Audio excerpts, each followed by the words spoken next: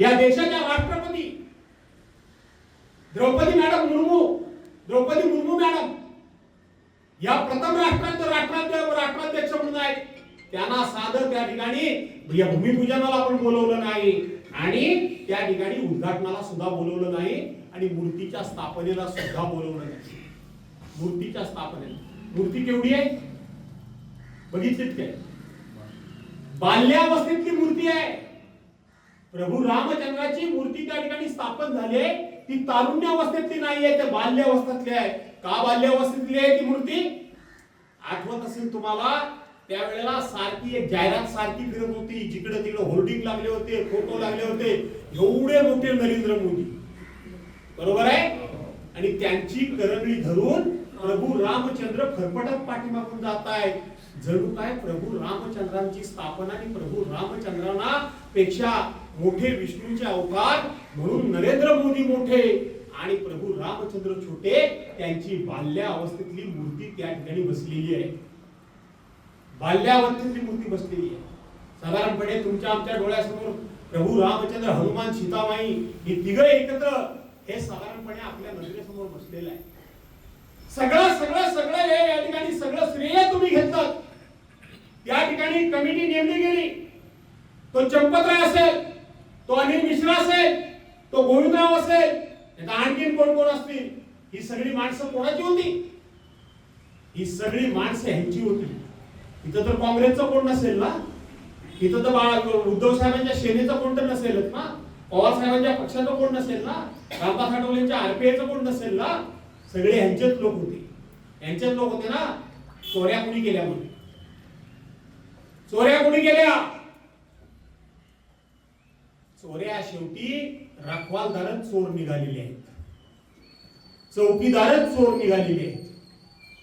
हे बाब अतिशय गंभीर आहे. मी तुम्हाला सांगतो हे 100% चुकीचं, हे अन्यायकारक आहे. हे चोऱ्या करायला किती निर्धावले ते बघा. विटा चोरल्या, पैसे चोरले. अहो त्या ठिकाणी देशाचा गृहसचिव म्हणजे संपूर्ण ज्यांनी कायदा सुव्यवस्था सांभाळली ते लक्ष्मण सिंग नावाचे ग्रस्त त्यांनी सांगितलं की मी एवढा मोठा भला एक तांब्याचा पत्रा तयार केला, तांब्याचा आणलं तांब्या, मी त्याचा पत्रा तयार केला आणि त्या पत्रावर प्रभू रामचंद्राबद्दलचं सगळं काय स्तोत्र असेल, त्यांची अनेक नावं असतील, त्यांची माहिती असेल, ती सगळी मी कोरून घेतली आणि घरामध्ये असणारं सगळं सोनं नाणं बाहेर काढलं, ते वितळवलं आणि त्याला सोन्याचा मुलामा दिला. ही श्रद्धा, ही भक्ती, ही भावना देशातल्या प्रत्येक नागरिकाच्या मनामध्ये आहे आणि ते दुसरा तिसरा कोणाकडे दिला नाही. तर या सगळ्या देवस्थानचे जे प्रमुख होते चंपी, त्या चंपतरायच्या हातामध्ये मी दिलं आणि त्यांच्याकडे मी पोच मागितली. त्यांनी सांगितलं की पोच तुम्हाला नंतर देतो. ते म्हणाले 2 वर्ष मी त्यांच्याकडे खेपा घातल्या पण मला पोच मिळाली नाही. माझी गृहसचिव, त्यांचा माणूस नाही, माझी गृहसचिव, मला पोच मिळाली नाही आणि शेवटी चंपतरायांनी सांगितलं तुम्हाला आता पोच बीस काय मिळणार नाही. मग ते म्हणाले मग मला द्या पत्रा, तो मी जे तयार केलेला आहे सगळा शिलालेख वगैरे तो माझा मला परत द्या. ते म्हणाले जिथं कुठं ठेवला असेल, अहो तिथं नाहीये तर शोधून घ्या. कुठे घ्या शोधून? एका संस्थेने सांगितलं की आम्ही 200 किलो चांदी दिली, अनेक प्रकारची देणगी दिली. तुम्हाला माहित नाही की या संपूर्ण देवळाच्या आजूबाजूला आणि संपूर्ण परिसरामध्ये 1600 सीसीटीव्ही कॅमेरे आहेत. किती आहे? 1600 सीसीटीव्ही कॅमेरे आहेत. 1600. एकाही सीसीटीव्ही कॅमेऱ्यामध्ये चोराचा दिसली नाही चोरी करताना. 1400 कोटी रुपयाचा आज पहिला एसआयटीने आणलाय रिपोर्ट. आणखीन किती गेलं असेल ते माहित नाही. आणि म्हणून असे हे जे प्रभू रामचंद्राचे सुद्धा चोरी करतात. म्हणजे मी मगाशी म्हटल्याप्रमाणे सगळं चोरलं. लोकांचे पक्ष चोरले, आमदार चोरले, खासदार चोरले, आता सगळं चोरायला. आज देशामध्ये तरुणांचे पेपर सकाळ संध्याकाळ फुटताय, त्यांचं भवितव्य चोरलं. हे चोर एवढे निर्धावलेले आहे. नंबर 1. आता हे सगळं होऊन गेलं. त्याच्यानंतर 96 साली भारतीय जनता पार्टीचं सरकार आलं.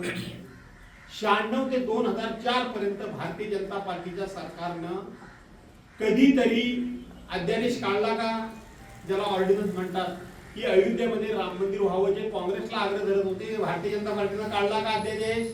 नाही काढला. काय सांगितलं की आमची मेजॉरिटी नाही. बरोबर आहे, मेजॉरिटी नाही.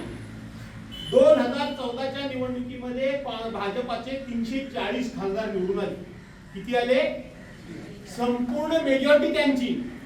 आणि त्यांना मदत करणारे 28 पक्ष होते, की ज्याच्यामध्ये बाळासाहेबांची शिवसेना म्हणजे उद्धव साहेबांची आपली शिवसेना देखील त्याच्यामध्ये होती. त्याही वेळेला भाजपने अध्यादेश काढला का? नाही काढला.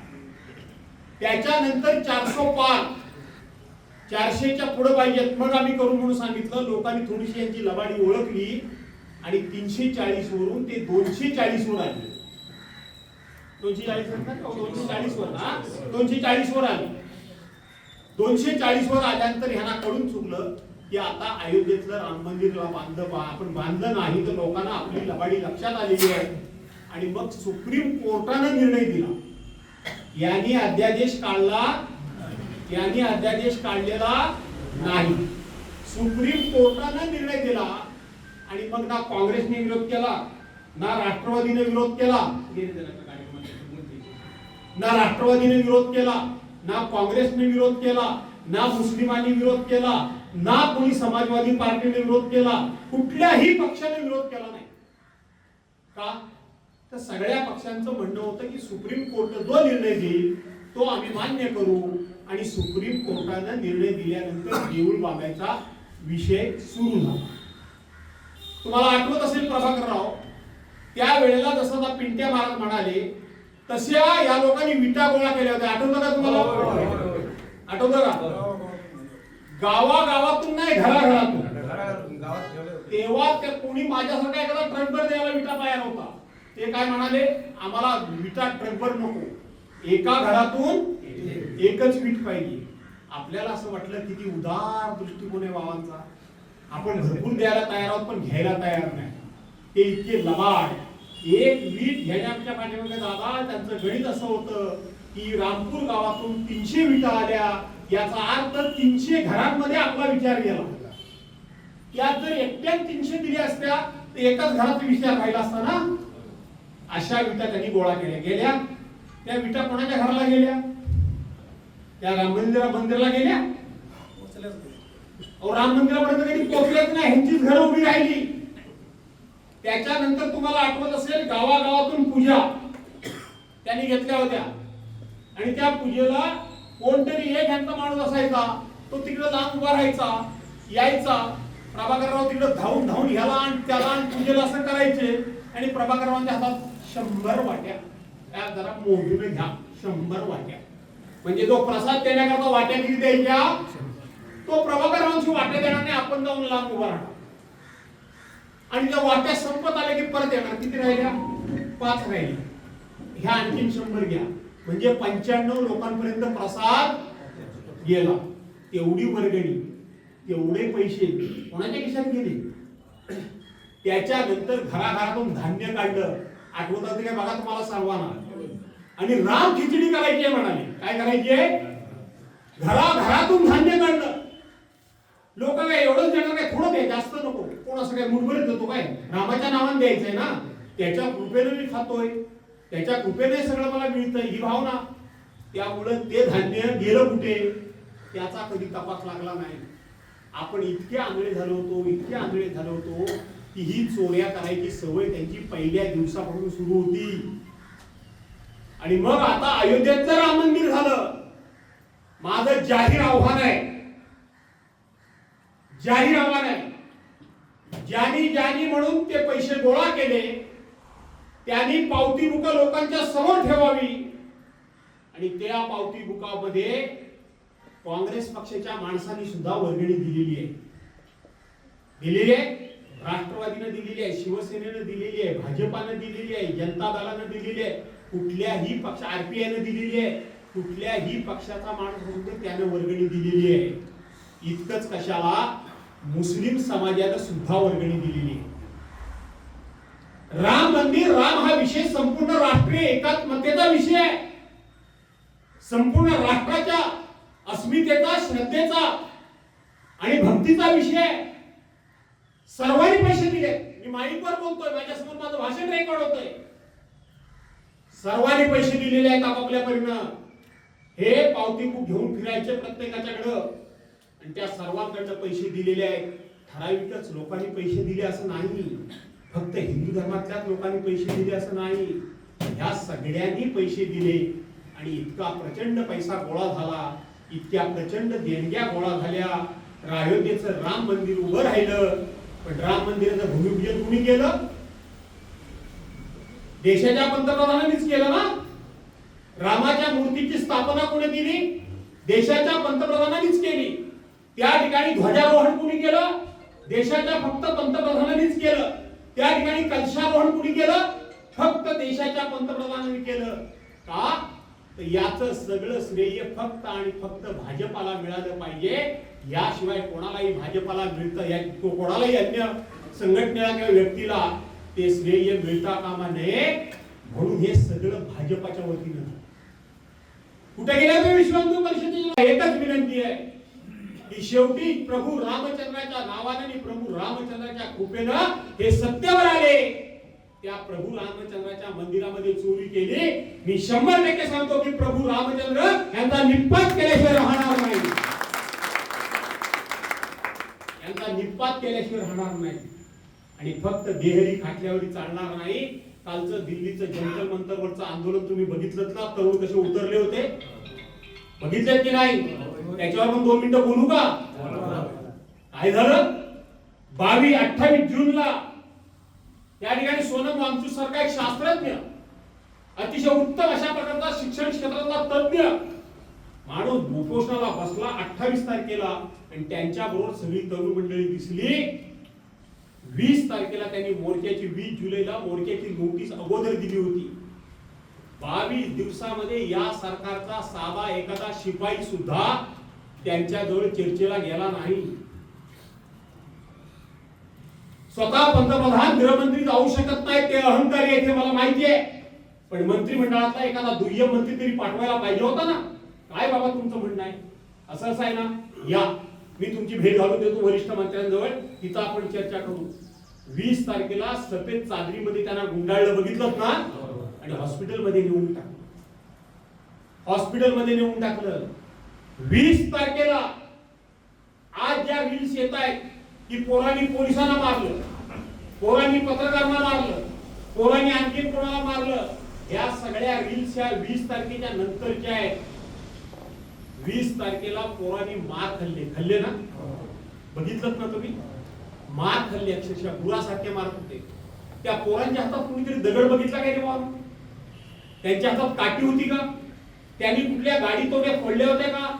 त्यांनी कुठं आग लावून होती त्या ठिकाणी, काय कुठं आग लावून विध्वंस केला होता का? त्यांनी काही केलेलं नाही. ते शांतता मार्गाने त्या ठिकाणी आंदोलन करत होते, शांतता मार्गाने उपोषण करत होते. गुरासारखं मारलं, गुरासारखं मारलं. मुलींच्या बाबतीत काय काय त्यांनी केलं ते तुम्ही सर्वांनी बघितलं. काठ्या बिट्या कशा गुप्त अंगामध्ये घालण्याचा प्रयत्न वगैरे केला, तुम्ही बघितलात ना. पोरांनी सांगितलं मारा, आणखीन मारा, निशस्त्र पोर. त्या ठिकाणी डंपर भरून आणलेले दाखवतात दगडाचे, ते पोलिसांनी आणलेले होते. त्या डंपरच्या आडून पोलीस दगड मारतात, त्याचा क्लिप बाहेर आल्या. सिव्हिल ड्रेस मध्ये, असे सामान्यातल्या सामान्य ड्रेस मध्ये, हातामध्ये काठी घेऊन गुरासारखे मारणारे ते पोलीस होते. त्यांच्या पायात शूज नाही, साधी स्लीपर होती. ते मारणारे कोण होते? ते पोलीस होते. त्या एका तरुणावर पॅलेट गननी त्या ठिकाणी मारा केला, त्याचा डोळाच गेला. बिहारमध्ये AK-47, ते काय पाकिस्तानचे अतिरेकी होते काय? त्या पाकिस्तानच्या अतिरेक्यांना मारला, तुम्हाला हिंमत झाली नाही. पेहलगाम मध्ये 26 त्या ठिकाणी महिलांची कुंकू पुसली गेली. तुम्ही त्या ठिकाणी सांगता की आम्ही सिंदूर, ऑपरेशन सिंदूर केलं. पण ऑपरेशन सिंदूर मध्ये खऱ्या अर्थानं 26 तरुणांना मारणारा, 26 पुरुषांना मारणारा हा अतिरेकी आहे, तो त्याला आम्ही मारला, असा एक पुरावा तरी देशासमोर आलाय काय? ऑपरेशन सिंदूर म्हणून जिकडे तिकडे फोटो लागले, सगळं लागलं. पण ज्याने खऱ्या अर्थानं मारले ते गेले कुठं? काही जमिनीमध्ये गडप झाले का आकाशामध्ये उडाले? सगळा फसवणुकीचा धंदा सुरू आहे. चर्चा करायची नाही, आम्ही सांगू ते. आणि म्हणून या सगळ्या अन्यायाच्या विरोधात पक्षप्रमुख, शिवसेना पक्षप्रमुख उद्धव बाळासाहेब ठाकरेंनी रणशिंग फुंकलेले आहे. पहिला आवाज त्यांनी दादरला मारुतीच्या देवळाजवळ दिला, कबूतर खाण्याजवळ दिला ना. तुम्हाला पण मी हीच विनंती करणार आहे, आज विस्तारनं बोलतोय की आपण तुम्हाला सांगितलेला पक्ष नाही, इथं पंथ नाही, जात नाही, धर्म नाही, प्रभू रामचंद्राला मानणारे जे जे कोणी आहे त्या सगळ्यांना बोलवून आपल्याला या गोष्टीचा निषेध करायला हवाय, धिक्कार करायला हवाय, लोकांच्या मध्ये जागृती करायला हवे. हे ढोंगी हिंदुत्ववादी आहेत, हे ढोंगी रामभक्त आहेत, हे रामभक्त नाही, देशभक्त नाही, तर हे अंध भक्त आहे. आहेत ना? आणि म्हणून यांच्या हे काय सांगतात, हिंदूंना बदनाम करू नका. आता हिंदूंनी देवळाच्या चोऱ्या केल्या, बदनाम दुसरं कोण करत आहे? काय पाकिस्तानवाले करत आहेत? हिंदूंनी हिंदूंचं गेलं म्हणाले पळवून. अरे लाजा वाटतात तुम्हाला की हिंदूंनी दिलेल्या देणग्या हिंदूंनीच नेल्या. दुसरं काय सांगतात त्या ठिकाणी, आणखी काहीतरी एक शब्द त्यांनी वापरला, ज्यांची देवावर आस्था नाही, श्रद्धा नाही, त्यांचा निधी चोरीस गेला. अरे चोरानो, ज्यांनी दिलं त्यावेळेला त्यांची आस्था होती का नव्हती तुम्हाला कळली नाही काय? घेताना लाज नाही वाटली की तुझी आस्था नाही, तुझी मला देणगी असं म्हणायला पाहिजे होतं ना. जमिनी 2 कोटीची जमीन तिथंच घेतली अयोध्येमध्ये आणि 30 की 32 मिनिटात इथून तिथं खरेदी केला. 18 कोटी रुपये देवस्थानकडे घेतले. 18 कोटी रुपये अर्ध्या तासात. ह्याची जमीन त्याच्या नावावर, त्याची जमीन त्याच्या नावावर, सगळ्या बाजूने लुटायचं काम केलंय. आणि म्हणून ज्या प्रभू रामचंद्राच्या नावाने हे सत्तेवर आले, प्रभू रामचंद्राच्या कृपेने सत्तेवर आले, त्या प्रभू रामचंद्राला आपल्याला हात घालावी लागेल, साखर घालावी लागेल, प्रार्थना करावी लागेल. म्हणून तुम्हाला या ठिकाणी बोलवलं. आणि ही प्रार्थना आता अशाच पद्धतीनं गावागावामध्ये 5 माणसं जमली तरी हरकत नाही, त्यांच्यासमोर उभे राहा, त्यांना समजून सांगा की हे किती ढोंगी आहेत, लबाड आहेत, चोर आहेत. आहेत ना चोर का नाही? का वाईट वाटतंय तुम्हाला मी त्यांना चोर बिल म्हणतो? नाही ना काय वाटत आहे? आणि कोणीतरी हा आवाज उठवला पाहिजे. आणि तो आवाज उठवण्याची जबाबदारी हिंदू हृदय सम्राटांचे चिरंजीव उद्धव बाळासाहेब ठाकरेंनी घेतलेली आहे. उद्धव बाळासाहेब ठाकरे, त्याची सुरुवात आपण आपल्या मतदारसंघापासून करतो. आणि म्हणून विषय अनेक आहेत. तुमचे काही प्रश्न असतील तर त्यालाही उत्तर देऊ आपण. जरा लाईट येईल, लाईट येईल ना? येईल. लाईट आल्यानंतरच आरती करूया, बरोबर आहे? आरती करूया, थोडा गजर करूया. गजर करायचा ना? का नाही करायचा? आपलं योगदान आहे. प्रभाकरराव आठवत असेल तुम्हाला, संदीप तुला आठवत असेल, याच मार्गता पाण्यामध्ये मी भाषण केलं होतं कडक एकदम. रामदास गांधी सांगितलं म्हणून आठवतं काय? आणि पळाले भाजपवाले मोर्चाला आपल्या मागं पाय लावून. मला माहिती आहे ना, एक कडक भाषण केलं होतं मार्गता पाण्यात मी समोर. आम्ही अंगावर घेतलं. हे फक्त एखाद्याला पुढं करायला आणि घरातून बघायला. आलं पुढे नंतर. पण आम्ही वेडे, यांना आपलं हे सांगतील त्यांच्या ताब्यात द्यायचं, पुढं व्हायचं. तसंच झालंय आता देशामध्ये. प्रचंड पैसा आलाय, प्रचंड अति प्रचंड पैसा आलाय. आणि हे सगळे पैसे यांनी खायचा सपाटा लावलेला आहे. म्हणून आपण या सर्वांना कुठेतरी आळा घातला पाहिजे. ओके.